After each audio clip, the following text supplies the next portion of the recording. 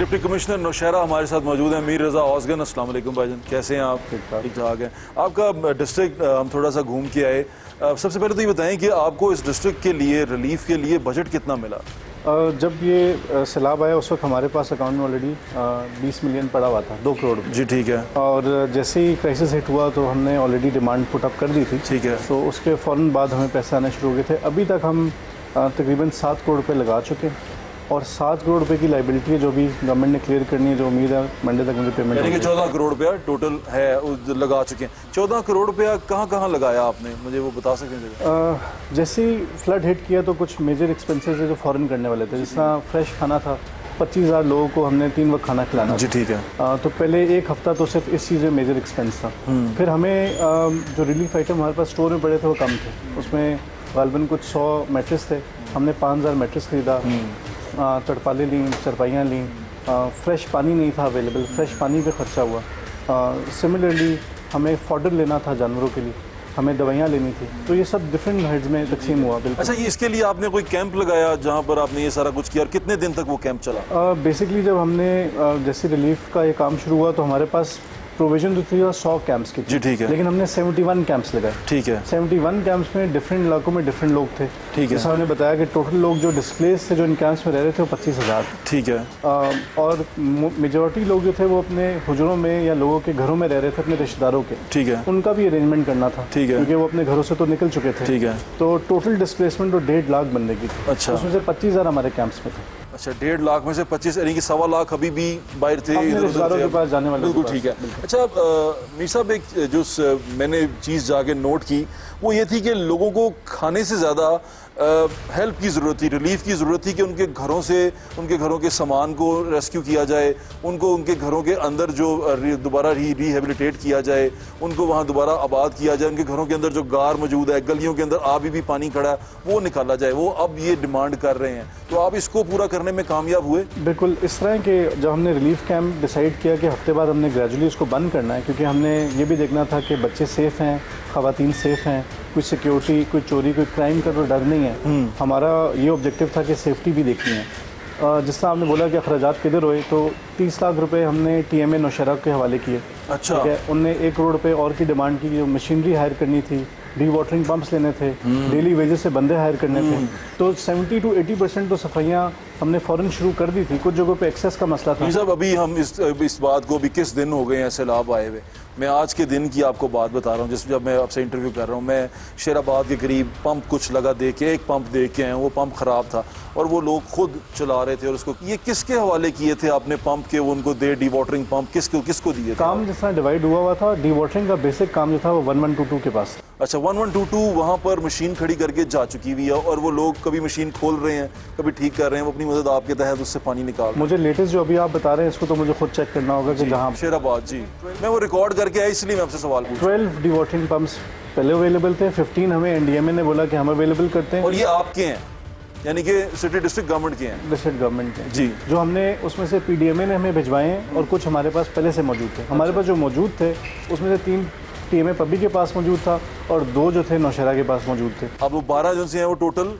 Rescue 1122 के पास disposal पे था, 1122 के पास वो अनअटेंडेड है। वो ये मैं आपको बता रहा हूँ, टीवी पे भी आप देख लेंगे कि कुछ ऐसी जगह जहाँ डी वाटरिंग से काम नहीं चलेगा।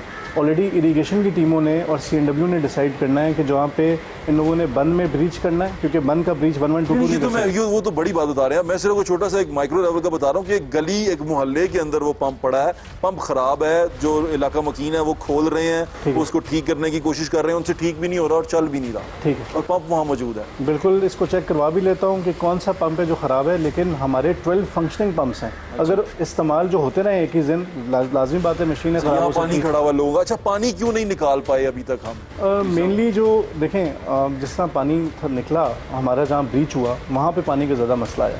एक नौशहरा कला में मना खेलों के एरिया जहाँ बड़ा ब्रीच। जी, मैं वही देख के अब आपको पता है कि वो एक्सटेंड कहाँ तक पानी गया। जी। तरीका तो यही है कि ऑलरेडी अगर एग्जिस्टिंग नाला है उसमें पानी को डाला जाए। जी ठीक है। या दोबारा रिवर काबुल में डाला जाए। जी ठीक है। रिवर काबुल से तो पानी बहुत दूर है, वहाँ तक पहुँचना पॉसिबल नहीं। जी ऐसा ही है। ठीक है।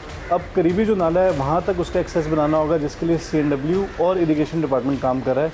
जो ये वो एरियाज रह गए जहाँ पे पहुँचाना मुश्किल है। आपको लगता नहीं DC साहब कि ये काम स्लो हो रहा है? जो गिवन एक गुजरता हुआ पल जो सा है वो अजियतनाक होता जा रहा है वहाँ पे। ऑलरेडी जो फोकस है इस वक्त इन्हीं चीज़ों पे, इस वक्त दो चीज़ों पे हमारा फोकस है। वो पानी खड़ा जो रह गया है, जो हमारा रिवर काबुल या नाले से दूर है, ये फोकस है।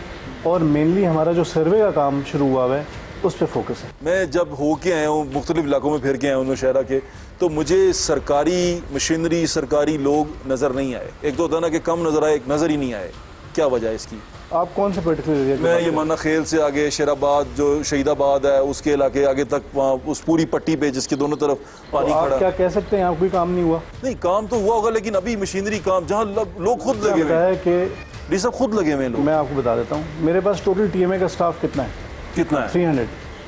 ठीक है, और आपने पूरा डिस्ट्रिक्ट कवर करना? यस, मैं सिर्फ नौशहरा की तहसील की बात कर रहा हूँ। इसीलिए हमने डेली वेजेस से बंदे हायर किए हैं। अच्छा। हम लोग दिन रात हमारी टीमें काम करी, हमें उनको भी एग्जॉस्ट किए हुए, उनको भी बीच में हमने ब्रेक्स दिए हैं, लेकिन ऐसा नहीं है काम नहीं हुआ, ये कोई क्लेम नहीं कर सकता। 17 अगस्त से आज तक की डेट तक पानी किसी घर के अंदर से भी ना निकल पाया हो, इलाके से ना पूरे निकल पाया हो, इट्स टू लेट।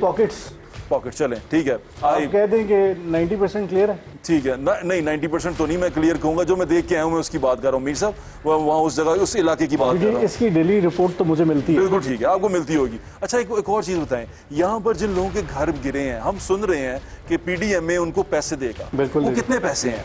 देखिए जी, पॉलिसी गवर्नमेंट की जो रिवाइज हुई है, पहले था 50,000 रुपीज़, ठीक है, पार्शल डैमेज का।